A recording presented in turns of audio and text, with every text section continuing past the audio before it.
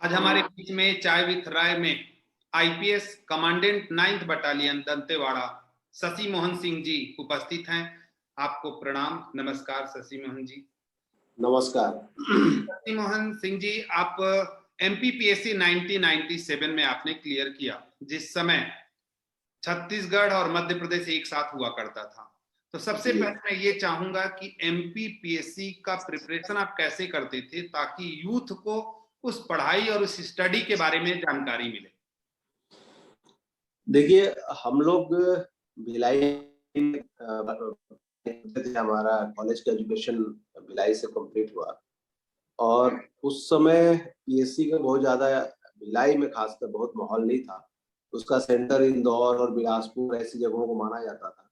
उस समय हमने जब तैयारी शुरू किया तो हम लोग पास आज के जैसे कोई गाइडलाइन नहीं हुआ करता था और आजकल तो बहुत ज्यादा इंटरनेट है, यूट्यूब के माध्यम से बहुत तैयारी हो जाती है। लेकिन हम लोगों ने चूंकि एक इंटरेस्ट था और हमने सब्जेक्ट भी इसीलिए कॉलेज में मैंने आर्ट्स का सब्जेक्ट लिया था, तो वहां से हम लोगों ने तैयारी शुरू की और तैयारी शुरू करने के बाद जो कुछ भी मार्केट में मटेरियल उपलब्ध थे उसके माध्यम से काम करते करते आगे बढ़ते रहे, गलतियां करते रहे, असफल हुए, फिर हिम्मत जुटाए और आगे लड़ते फिरते जूझते और अंततः मंजिल को पाए।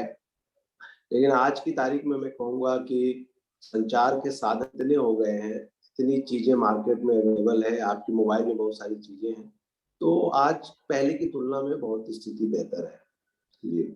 शशि मोहन जी, आप जब पढ़ाई करते थे और आज की पढ़ाई के बीच में जो गैप आया, तो आप अगर आज के यूथ को बताएंगे कि आप जब संघर्ष करके पढ़ाई करते थे और आज के यूथ के लिए बहुत सारी सुविधाएं मिली हैं, तो उनको क्या संदेश भी देंगे साथ साथ में?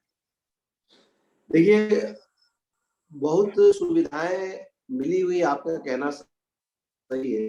अब नॉलेज इतना ज्यादा हो गया है कि आपको उसमें सिलेक्शन करना, किसी भी एग्जाम की तैयारी कर रहे हैं, आप सिविल सर्विस की कर रहे हैं, मैं खासकर सिविल सर्विस के बारे में बता पाऊंगा क्योंकि उसके माध्यम से मैं आया हूँ।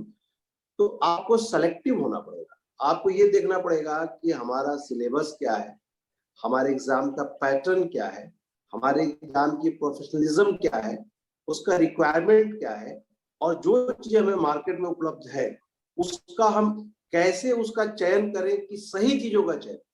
देखिए, हम लोग के एग्जाम के बारे में एक बात कहा जाता है कि क्या पढ़ना है ये सबको पता है और क्या नहीं पढ़ना है ये बहुत कम लोगों को पता होता है, और जो ये जान जाते हैं कि क्या नहीं पढ़ना है वही सेलेक्ट होते हैं। एक उदाहरण से बताऊंगा इसको कि जैसे मान लीजिए खेत है, खेत में वो हम बीज लगाते हैं, फसल उग जाते हैं, फसल के साथ बहुत सारे खरपतवार भी उग जाते हैं। उस खरपतवार को निकालने की कला आपको आनी चाहिए ताकि जो विशुद्ध रूप से जो बचा हुआ रहे पौधा वही आपके काम है।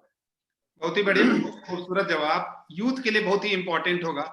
शशि मोहन जी, आपके बारे में कहा जाता है कि जब भी कोई काम आप करते हैं तो उस काम को पूरी शिद्दत से करते हैं, चाहे वो एज ए पुलिस ऑफिसर जब आपने काम किया तो वहां पे भी शशि मोहन जी एक दबंग पुलिस ऑफिसर, एक ईमानदार पुलिस ऑफिसर के रूप में जाने जाते थे। साथ में आप फिल्मों में भी शौक रखते थे, साथ में कविताओं में शौक रखते थे। इन सभी चीजों को कैसे मैनेज करते हैं?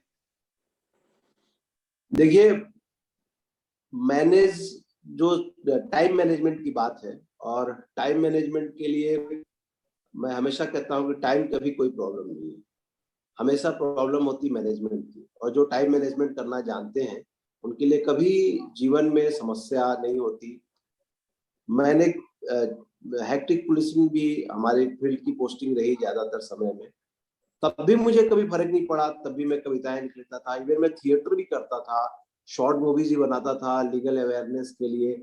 और मैंने 2 साल की छुट्टी लेके कमर्शियल मूवी है भोजपुरी और छत्तीसगढ़ी मूवी में एज ए हीरो भी काम किया। तो सारा कुछ डिपेंड करता है टाइम मैनेजमेंट पे। और आज ही, और ये टाइम मैनेजमेंट एक कला भी है, आज ही मैंने आप ही से सीखा है। आज जब दिन में आपसे चर्चा हो रही थी तो आपने ही कहा कि आपके किसी मित्र ने कहा कि जो समय आपकी जिंदगी में जो 24 घंटे होते हैं, तो आपसे कोई पूछे कि कितने घंटे के दिन होते हैं तो आपको कहना है कि 23 घंटे। और मैं आज से ही इस बात को अमल में लाना चालू कर दिया हूँ। और जैसा कि हम लोग के दिन में चर्चा हो रही थी कि 1 घंटा अपने जीवन में हमें अपने सेहत के लिए देना चाहिए। तो मैंने उस बात को आज से लागू कर लिया। अभी तक मेरी जिंदगी में बहुत सारे काम मैं करते रहा, तो उसमें 24 घंटे में करता था। आज से मैंने सोच लिया कि अब 23 घंटे में करना है, लेकिन मुझे पूरा विश्वास है कि इसके बाद भी मुझे टाइम की समस्या नहीं आएगी। जी नहीं, लेकिन अपने काम को आप ड्यूल करना, यानी कहा जाता है कि जब पुलिस ऑफिसर तो इतना व्यस्त होता है कि न दिन को सुकून है न रात को सुकून है, और उस बीच में कविताएं लिख देना, ये ख्यालात आपके अंदर कहाँ से आते हैं? हाँ, मैं आपको बताता हूँ। टाइम मैनेजमेंट पे ही अपनी बात चालू हुई थी। जैसे मैं जिम जाता हूँ या मैं वॉक करता हूँ, तो उस समय भी, चूंकि आजकल पढ़ने पढ़ाने का कुछ शौक चढ़ा हुआ है और बेटा भी सिविल सर्विस की तैयारी कर रहा है, तो उसके कारण भी मैं कुछ पढ़ते लिखते रहता हूँ। तो मैं जिम जाता हूँ, वहाँ भी मैं किसी कॉम्पिटिटिव एग्जाम के जो भी संस्थाएं हैं, उनके जो वीडियोस आते हैं नेशनल इंटरनेशनल इश्यूज पे, जनरल नॉलेज की किसी टॉपिक पे, अब जिम हम कर रहे हैं और वहाँ पे भी हमने अपने वीडियो चालू कर दिया है। एक साथ हमारा वो वहाँ पे वीडियो भी चल रहा है, ज्ञान भी अर्जित कर रहे हैं और पसीना भी बह रहा है, या वॉक कर रहे हैं, उससे भी हमारा, उस समय भी हमारा काम हो जाता है। रही बात कविता लिखने की, तो सपोज कि मैं अपने ऑफिस से किसी ऐसी जगह जा रहा हूँ जहां पर मुझे अपने सरकारी काम से जाना है, लेकिन जब मैं गाड़ी में होता हूँ उस समय वो टाइम होता है ताकि मैं वहां पे कुछ पढ़ भी सकूं, या मेरे मन में कोई भाव आए रहते हैं, या जब हम अपनी रूटीन की जिंदगी जी रहे होते हैं या पुलिस से काम कर रहे होते हैं, तो कई ऐसे भाव या विचार या ऐसी समस्याएं हमारी जिंदगी से रूबरू होते रहती है, तो कोई ना कोई कविता जन्म ले रही होती है। वो कविता एक मानसिक प्रक्रिया में चलते रहती है, और वो जब मानसिक प्रक्रिया में जो पक जाती है, तब शब्दों का रूप लेके वो आपको कागज पे उतर जाती है। तो वो दौर भी होता है जब हम काम में जा रहे होते हैं और हमारे मन में कोई भाव या विचार आए, तो कॉपी पे तो वहां ही रहता है ना, वही कुछ नोट कर लिया है, मोबाइल में ही उसको कहीं उसको सेव कर दिया लिख के। तो कहने का मतलब ये है कि टाइम मैनेजमेंट अगर होता है तो हमें किसी चीज के लिए कोई दिक्कत नहीं आती है। हम अगर हमारे अंदर उस काम को करने की इच्छा है तो टाइम अपने आप मैनेज हो जाता है। आपने बहुत सारी शॉर्ट फिल्मों में काम किया, कई शॉर्ट फिल्में आपकी सम्मानित भी की गई, कई जगह आपको कई अवार्ड भी मिले, लेकिन इन शॉर्ट फिल्मों में ऐसी कौन सी एक दो फिल्में हैं जो आपको बहुत ज्यादा प्रभावित की, या जो आपको ऐसी लगती हैं कि यूथ के लिए बहुत इंपॉर्टेंट है? मैं बहुत सारे छोटी छोटी फिल्में 10 मिनट से 12 मिनट की ड्यूरेशन की बनाते रहता हूँ, और सारी फिल्मों का एक मूल उद्देश्य होता है कि उसमें कोई ना कोई लीगल अवेयरनेस वाली बात रहती है। तो जैसे हमारी एक फिल्म गोमती है, जिसे नेशनल लेवल पे उसे अवार्ड मिला बेस्ट शॉर्ट फिल्म का लीगल अवेयरनेस के लिए। फिर यातना है, उसमें भी मुझे मिला कि जो डोमेस्टिक वायलेंस होता है उस पे हमने उस फिल्म को बनाई। और अभी हमने एक धुआं नामक पिक्चर है, जो यूथ की आपने बात किया, जो नशे को लेकर है, जिसपे कि नशे के कारण समाज में क्या बुराइयां आती है, तो धुआं नामक एक मैंने शॉर्ट मूवी बनाई है। हालांकि इस साल के कॉम्पिटिशन में गई हुई, कोरोना काल में कॉम्पिटिशन थोड़ा डिले हो गया, तो मैं यूथ के लिए तो वो पिक्चर रिकमेंड करूंगा। साथ ही मैं थिएटर भी करता हूँ, और मेरा एक प्ले है सिस्किया के नाम से, जिसमें मैं अकेले ही 4 कैरेक्टर करता हूँ। तो वो जो मेरा प्ले है नशा को लेके, वो सिस्किया, और जो मेरा धुआं पिक्चर है, वो मैं यूथ को रिकमेंड करूंगा कि वो उस पिक्चर को देखें, जिसमें एक मैसेज छुपा हुआ है कि अगर हम नशे की दुनिया में जाते हैं तो किस तरीके से अपना शारीरिक, मानसिक, आर्थिक, सामाजिक, पारिवारिक हर तरीके का घाटा करते हैं। तो ये आपके माध्यम से मैं यूथ को ये कहना चाहूंगा कि जिंदगी में कुछ भी करो, बस इस बुराई से दूर रहो, तो आपके जीवन में एक नया सोपान, सफलता की आप एक नई मंजिल हो जाओगे। मैं आपके शहर के छोटे से विधायक हूं, हरपाल सिंह कैथे मोला। अच्छा, आप हैं ओंकार सिंह के भाई हरपाल सिंह। का गलती हो गई मोर भाई से, जो नोला घसीट के थाना में लाए के जरूरत पड़ गए? आपके भाई के खिलाफ पुलिस के ऊपर अटैक करे के और आबकारी एक्ट के तहत मामला दर्ज है। इंस्पेक्टर साहब, ये बात ला छोड़ो, लइका मन है, गलती हो जाते। हाँ, फिर मैं तो आपके सेवा कहो, मैं आपके का सेवा कर सकता हूँ। का सेवा करना चाहता हो आप? जौन आप हुक्म कराओ। आप अपन भाई ओंकार के जमानत के तैयारी कराओ, यही में ओकर भलाई है। और हाँ, हो सके तो अपन राजनीतिक संरक्षण देवेला बंद करो, काबर की ओकर मन काफी बाढ़ गए और मैं अपन इलाका में हर हाल में शांति चाहता हूँ। शशि मोहन सिंह जी, बड़े खूबसूरत अंदाज में आपने यूथ को ये बात का संदेश भी दे दिया और नाम में भी बहुत सारी चीजें छिपी हुई हैं कि गोमती, धुआं और सिसकियां, इसको जरूर देखें, क्योंकि धुआं शब्द में ही बहुत सारी बातें छिपी हैं और सिसकियां शब्द में भी बहुत सी बातें छिपी हैं। तो निश्चित तौर से आपके द्वारा कही गई ये बातें, बताई गई ये बातें यूथ तक पहुंचेगी। आप कविताएं बहुत अच्छी लिखते हैं और कई जगह मैंने टीवी चैनल से लेकर के और हर जगह सोशल मीडिया आज के डेट में जिस तरीके से है, आप जिस संदेश और जब भी कोई वर्तमान में कोई परिस्थितियां आती हैं तो आप एक बहुत ही खूबसूरत कविता लिखते हैं। तो अभी वर्तमान में ऐसी कौन सी कविता है जो आपको सबसे ज्यादा प्रभावित करती है, और मैं चाहूंगा कि 2-4 लाइन आप जरूर उसमें का बताएं। निश्चित रूप से पहले तो मैं आपको बता दूं कि मेरी 2 कविता संग्रह, काव्य संग्रह 15 अगस्त तक प्रकाशित हो रही है। एक जो है लहरों के उस पार भी तुम हो, और दूसरा है अनगढ़ दुनिया गढ़े तराशे। तो कविताएं, जैसा आपने कहा कि कौन सी कविता आपको ज्यादा प्रभावित करती है, तो चूंकि आजकल ये मेरी दोनों बुक प्रकाशित हो रही है तो लगातार बहुत सारी कविताएं से रूबरू हो रहा हूँ। उसमें एक कविता छांटना बड़ा मुश्किल है, लेकिन फिर भी आपका ये आग्रह है तो मैं आपको एक कविता सुनाऊंगा। आज वर्तमान परिस्थितियों में आपसे भी कई बार हमारी चर्चा होती रहती है, अपने मित्रों से भी चर्चा होती रहती है, और मुझे हमेशा वर्ल्ड वाइड भी मैं सोचता हूँ तो एक बहुत बड़ी समस्या है कि अंतर धार्मिक विवाद, धर्म को लेके समाज बड़ा व्यथित है। और अभी ही नहीं, मैं ऐसा सोचता हूँ कि धर्म को लेकर जितनी लड़ाइयां हुई इस धरती पर और धर्म को लेकर जितना खून बहा, उतना और कारण से नहीं बहा। तो इसका समाधान क्या हो, इसका समाधान क्या हो, इस विषय पे मैंने एक कविता लिखी है, और आपकी इजाजत हो तो मैं वो कविता पढ़ता हूँ आपके सामने। ये कविता का शीर्षक है कि अब्दुल तो दिल से दिवाली मनाना। कविता का शीर्षक अब्दुल तो दिल से दिवाली मनाना। ये धर्मों का तू, ये मजहब का मैं, ये धर्मों का तू, ये मजहब का मैं, चलो इनको छोड़ो बहुत हो चुका है। ये मंदिर की घंटी से लड़ती अजाने, इन्हीं शोरगुल में खुदा खो चुका है। ये धर्मों का तू, ये मजहब का मैं, चलो इनको छोड़ो बहुत हो चुका है। ये मंदिर की घंटी से लड़ती अजाने, इन्हीं शोरगुल में खुदा खो चुका है। कि जरा गौर से तुम इतिहास पढ़ना, कि जरा गौर से तुम इतिहास पढ़ना, हम धर्मांध या फिर जिहादी लगेंगे। ये आदम के बच्चे हैं खंजर उठाए, हम हिंसा के प्यासे और खूनी लगेंगे। क्या लाशों के पर्वत पर बैठेगा ईश्वर, क्या लाशों के पर्वत पर बैठेगा ईश्वर। गर्दनें कब तक यूं ही कटती रहेंगी, सूली से लेकर सलीबों पे लटकी कब तक भटकती रहेंगी।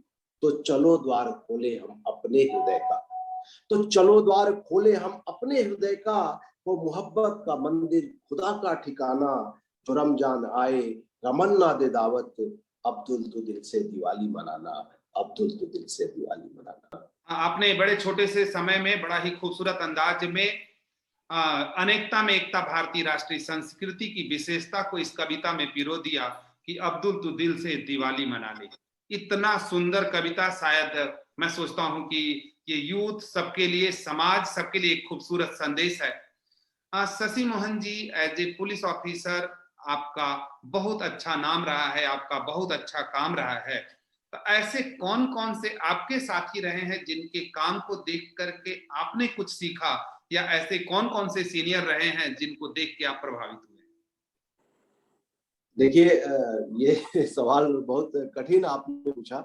निश्चित रूप से हमारे पुलिस विभाग में एक से एक ऐसे अधिकारी हैं जिनके साथ काम करना, उनके मार्गदर्शन में काम करना हम लोगों के लिए सौभाग्य का विषय रहा। एक दो नाम नहीं, बहुत सारे नाम हैं, लेकिन फिर भी आपने पूछा तो नाम की श्रृंखला में, जैसे अभी हमारे वर्तमान डीजीपी साहब श्री DM अवस्थी साहब हैं। जब मैं रायपुर में CSP हुआ करता था, CSP सिविल लाइंस, तब हमारे IG हुआ करते थे, तो निश्चित रूप से उनका सानिध्य मिला, उनका मार्गदर्शन मिला। स्वर्गीय BS मरावी साहब जो हमारे SP हुआ करते थे रायपुर में, जब मैं CSP था, एडिशनल SP था, तो उनका सानिध्य मिला, उनका मार्गदर्शन मिला। फिर अभी जो वर्तमान में बस्तर आईजी हैं सुंदर राज साहब, संजीव शुक्ला साहब, इनके साथ में मैं काम किया और इनका मार्गदर्शन मिला। जीपी सिंह साहब हमारे आईजी रहे। ऐसे बहुत सारे अधिकारी थे, इनका सानिध्य मार्गदर्शन मिला और उनके निर्देशन में हम लोगों ने जो भी हमें दायित्व दिया गया हम लोगों ने उसका निर्वहन किए। और ये तो सीनियर ऑफिसर्स हो गए, लेकिन हमारे जो कलीग्स थे या हमारे जो मातहत थे, इसमें भी एक से एक अच्छे हमारे सीएसपी हुआ करते थे, टीआई हुआ करते थे। उनके साथ में जैसे हम नक्सली एरिया में जब हमारी पोस्टिंग थी, तब हमारे साथ जो थाना प्रभारी हुआ करते थे उसमें संजय सिंह का नाम है। और पट्टावी, हम लोग नक्सलियों के साथ इनकाउंटर करते थे, लोहा लेते थे, तब हमारी एक बहुत ही जुझारू टीम हुआ करती थी।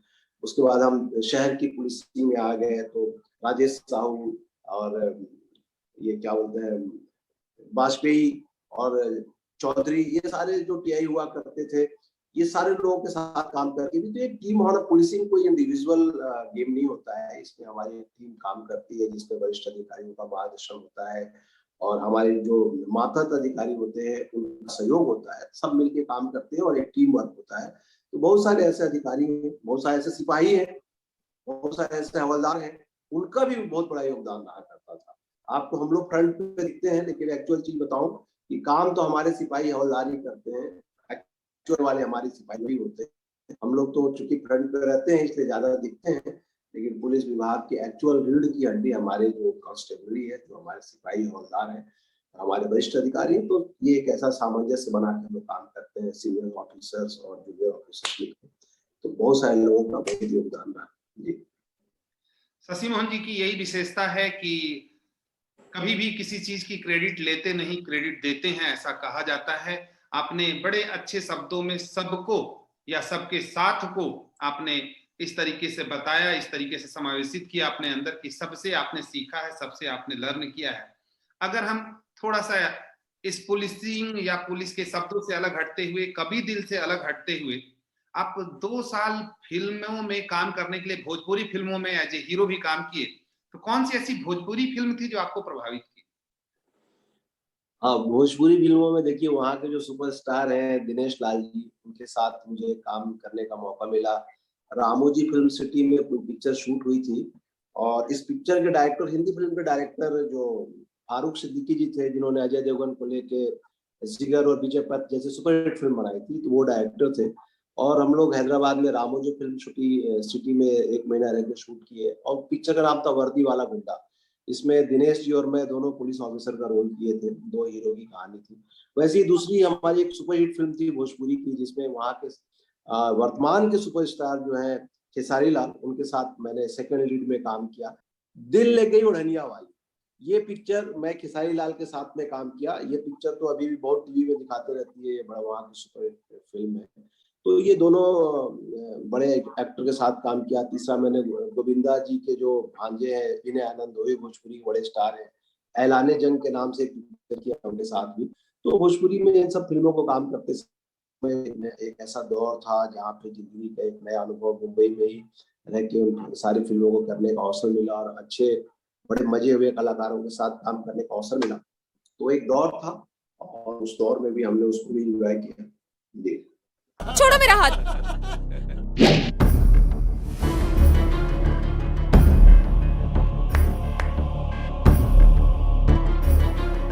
कौन है बे? सफाई वाला। तो कचरा साफ करता हूं मैं। न सिर्फ मैं शहर की सफाई करता हूं, बल्कि तेरे जैसे लोगों के दिमाग में जो कचरा भरा है ना, उसको भी साफ करता हूं।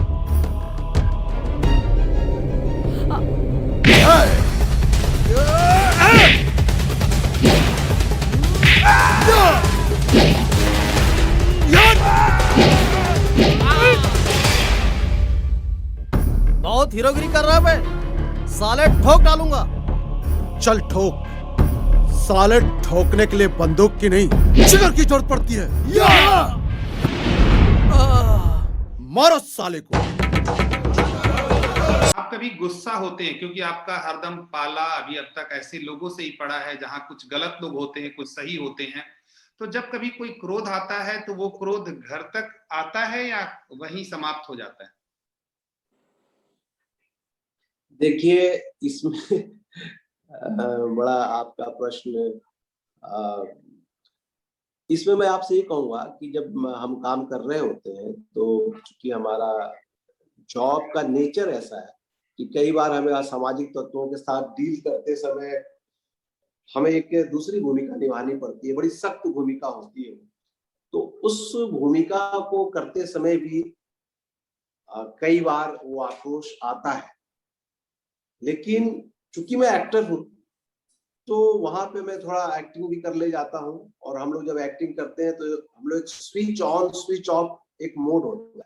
जब हम कैमरा ऑन होता है तो हम उस कैरेक्टर में चले जाते हैं, और उस कैरेक्टर में जब चले जाते हैं तो शशि मोहन को भूल जाते हैं, वहां पे वो कैरेक्टर को हम जीते हैं। और जैसे ही कैमरा ऑफ हुआ हम उस कैरेक्टर से बाहर निकल के शशि मोहन बन जाते हैं। तो ये एज एन एक्टर हमको प्रैक्टिस है इस बात की। तो वैसे ही आप कह लीजिए कि जब हम क्रोध में होते हैं, जो सो कॉल्ड क्रोध जो आपके शब्दों में है, कि जिस क्रोध की आप बात कर रहे होते तो कभी ऐसा दौर आता है कि कभी हम बड़ी सख्त भूमिका का निर्वहन कर रहे होते हैं पुलिसिंग के दौरान, लेकिन जैसे ही वो रोल खत्म होता है फिर से हम शशि मोहन बन जाते हैं, तो बड़ा क्षणिक होता है। और रही बात घर की, तो घर में हम पुलिसिंग को नहीं कैरी ऑन करते हैं। घर में हम एक पिता, एक पति, एक बेटा, एक भाई की जो भूमिका होती है उसी में रहते हैं, तो पुलिसिंग को यहाँ कैरी ऑन नहीं करते। हाँ, ऐसा कई बार होता है कि घर में भी रहते हैं, फोन पे ही पुलिसिंग होते रहती है कि कभी किसी से बात हो रही है, वहां भी आक्रोश आ गया, वहां भी वो डायलॉग बाजी चालू हो गई, लेकिन जैसे ही वो फोन कटा तो फिर वो वहीं खत्म हो गया। फिर हम अपने नॉर्मल जीवन में आ जाते हैं और विद इन सेकेंड्स हम अपनी भूमिका को स्विच ओवर कर लेते हैं। क्योंकि आप फिल्मों में भी काम किए हैं, तो फिल्मों में ऐसे कौन से कलाकार हैं, जो एक दो कलाकार जो आपको बहुत ज्यादा प्रभावित किए हैं? मैं भोजपुरी फिल्मों की ही बात नहीं करूंगा, नॉर्मल जो फिल्में होती है, हिंदी फिल्म हो गई या बॉलीवुड हॉलीवुड जो भी बातें होती हैं, उसमें कौन से ऐसे एक दो कलाकार हैं जो आपको प्रभावित करते हैं? देखिए, मुझे अगर मैं हीरो की बात करूं तो हीरो में मुझे सबसे ज्यादा प्रभावित ऋतिक रोशन करते हैं। अब उसके लिए मैं उसको जस्टिफाई भी कर सकता हूँ, क्योंकि वो रियल हीरो दिखते हैं। उनकी पर्सनालिटी देखिए, हाइट देखिए, उनकी बॉडी, जो उन्होंने बॉडी बिल्डिंग उनकी देखिए कि कैसा उन्होंने अपनी बॉडी को एक बनाया हुआ है। हैंडसम, नो डाउट, बहुत हैंडसम लगते हैं ऋतिक रोशन। लेकिन ये तो हुआ उनका बाह्य रूप हुआ। जहां तक एक्टिंग की बात है तो मुझे लगता है कि ऋतिक रोशन एक कमाल के एक्टर है। जिस भूमिका उनको दिया गया उस भूमिका से उन्होंने जस्टिफाई किया। क्रिश की जो सीरीज है आप उसको देख लीजिए। मुझे लगता है कि वो व्यक्ति एक्टिंग, मतलब मुझे हमेशा से लगता है कि आदमी हॉलीवुड मटेरियल है। तो स्टार के तौर पे मैं बात कर रहा हूँ, लेकिन एक्टर के तौर पे अगर मैं बात करूं तो एक्टर के तौर पे अजय देवगन सबसे बेस्ट है, क्योंकि उनकी आंखें, जब वो एक्टिंग करते हैं तो इस तरीके से कैरेक्टर में अपने आप को एडजस्ट कर लेते हैं। और खासकर उनकी आंखें, चेहरा कम बोलता है, आंखें ज्यादा बोलती है। और एक्टिंग की दुनिया में कहा जाता है कि जिस एक्टर की आंखें बोलती हैं वो बहुत ही बड़ा कलाकार होता है। तो as an actor Ajay Devgan पसंद है, as a hero Hrithik Roshan पसंद। कविताएं भी आप लिखते हैं, और कवि के रूप में भी मैं बोलूं कि एक बड़ा मतलब अलग सा सामंजस्य है कि एक पुलिस कवि कैसे हो सकता है या कवि पुलिस कैसे, बड़ा मतलब एक ये अपने आप में असमंजस का प्रश्न है। कवियों की बात करूं तो ऐसे कौन से पहले के कवि हैं जो सबसे ज्यादा आपको प्रभावित?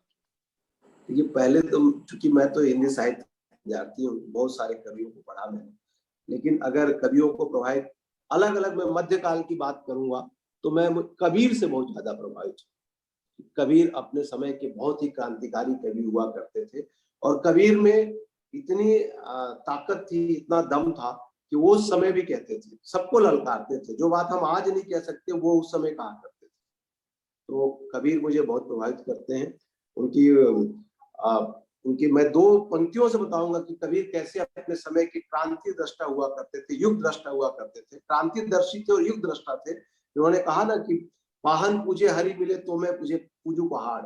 उन्होंने हिंदुओं को कहा कि तुम पत्थर पूजते हो, अगर पत्थर पूजने से भगवान मिले तो मैं तो पहाड़ ही पूज दूं। और उन्होंने मुसलमानों को भी कहा कि काकड़ पाथर जोड़ के मस्जिद दिए बनाए, ताचर मुल्ला बाग दे, क्या भैरव है खुदा? तुम इतने जोर जोर से चिल्लाते हो, क्या तुम्हारा खुदा बहरा हो गया? तो ये कहने की ताकत कबीर में थी। और ये इनकी जो स्पष्टवादिता थी, बेबाकपना था, वो मुझे हमेशा प्रभावित करती है। आधुनिक काल में जब हम आते हैं तो निराला जी से मैं बहुत प्रभावित रहा हूँ, जो राम की शक्ति पूजा लिखी, और आगे आगे हम आते हैं तो हम सच्चिदानंद हीरानंद बादशाह ये से बहुत प्रभावित हैं। तो इस तरह के इन हिंदी साहित्य में 3 लोगों की कविता के माध्यम, कविता की जहां तक बात है, इन 3 महाकवियों से ज्यादा प्रभावित रहा। आपने भी एक बचपना जिया, आप भी एक युवा वर्ग में आए। आज का जो यूथ है क्या दिशाहीन हो चुका है या दिशा से भटक गया है या उसे किसी मार्गदर्शन की जरूरत है, क्या कहना चाहेंगे? नहीं, मैं ऐसा तो नहीं कहूंगा। देखिए, मैं तो अभी अपने आप को खुद ही युवा मानता हूँ, तो इसलिए मुझे तो लगता नहीं मैं भटका हुआ हूँ। और रही बात, दूसरी बात बता दूं कि अगर एक बहुत अच्छा कोटेशन बताता हूँ जो मैंने कहीं पढ़ा था कि दुनिया की हर पीढ़ी को ये लगता है कि ये जो पीढ़ी है बर्बाद होने वाली है, ये सीधे सीधे रसातल में जा रही है, ये बर्बादी की ओर जा रही है, ये पीढ़ी बर्बाद हो जाएगी। इस समय हम ये भूल जाते हैं कि हम भी अपनी पिछली पीढ़ी के लिए इतने ही भयावह चिंता के विषय थे। मेरे पिताजी भी मेरे बारे में यही सोचते रहे होंगे कि ये पीढ़ी तो बर्बाद है, और मैं भी अपने बच्चे के बारे में यही सोचता हूँ, और मेरा बच्चा भी ऐसे ही सोचेगा। तो इसको जनरेशन गैप कहते हैं। इस बात को लेकर चिंतित होने की हमें आवश्यकता नहीं है। मुझे तो कई बार ये लगता है कि ये पीढ़ी ज्यादा फोकस्ड हम लोग की पीढ़ी की तुलना में। हाँ, लेकिन फिर भी अब चूंकि आप सीनियर बना ही दिए, तो थोड़ा बहुत ज्ञान देना पड़ेगा। तो उसमें मैं यही कहना चाहूंगा युवा पीढ़ी को, निश्चित रूप से आप लोग बहुत ज्यादा फोकस्ड हो, थोड़ा सा कंसर्न होने की जरूरत है। हम ज्यादा ही सेल्फ सेंटर होते चले जा रहे हैं। हमें थोड़ा कंसर्न होने की जरूरत है, परिवार के प्रति, समाज के प्रति और देश के प्रति, और फिर दुनिया के प्रति। क्योंकि हम इस मानवता की एक इकाई है, तो हमारी भूमिका अंतरराष्ट्रीय भी है, फिर राष्ट्रीय भी है, फिर समाज के प्रति भी है और परिवार के प्रति भी है।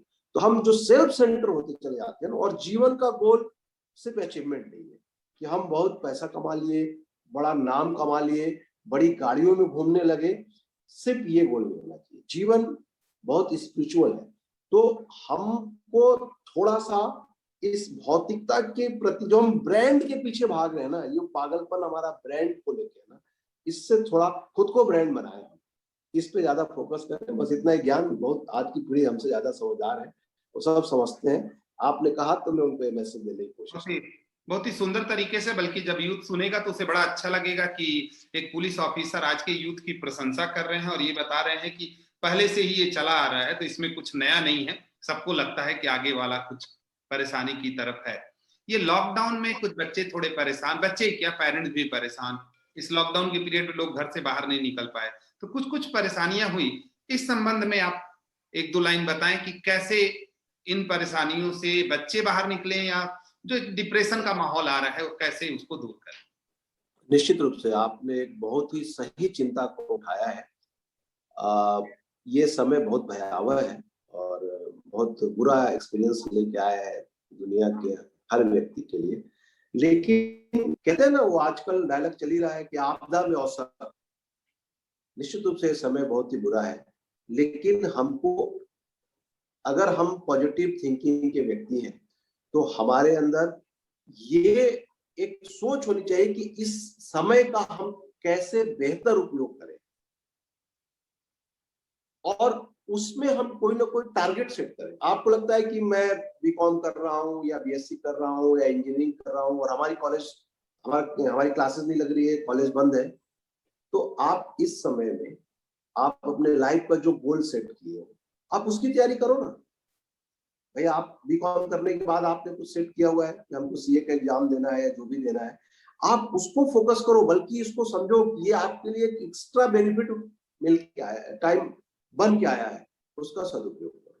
मैं यही कहना चाहूंगा कि इस आपदा में भी आप अवसर ढूंढिए। मैं जैसे बताऊं कि जो पूरे लॉकडाउन में मैं इंटरनेशनल पॉलिटिक्स को बहुत करीब से पढ़ रहा था, तो ये मुझे एक अवसर दिखा कि मैं अभी बहुत समय मिल रहा है तो इसका उपयोग करें। तो वही बात मैं कहना चाहूंगा कि जिसको भी जो जहां है, आप ये मत सोचो कि अरे दिन भर पिक्चर देखें और गाना सुने और क्या करें, अभी तो सब बंद है।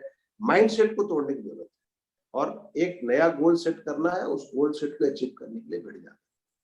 आपदा में अवसर तलाशो, ऐसी सोच के साथ ये थे हमारे आईपीएस शशि मोहन जी। शशि मोहन जी, आपने जो समय दिया उसके लिए नमस्कार, प्रणाम।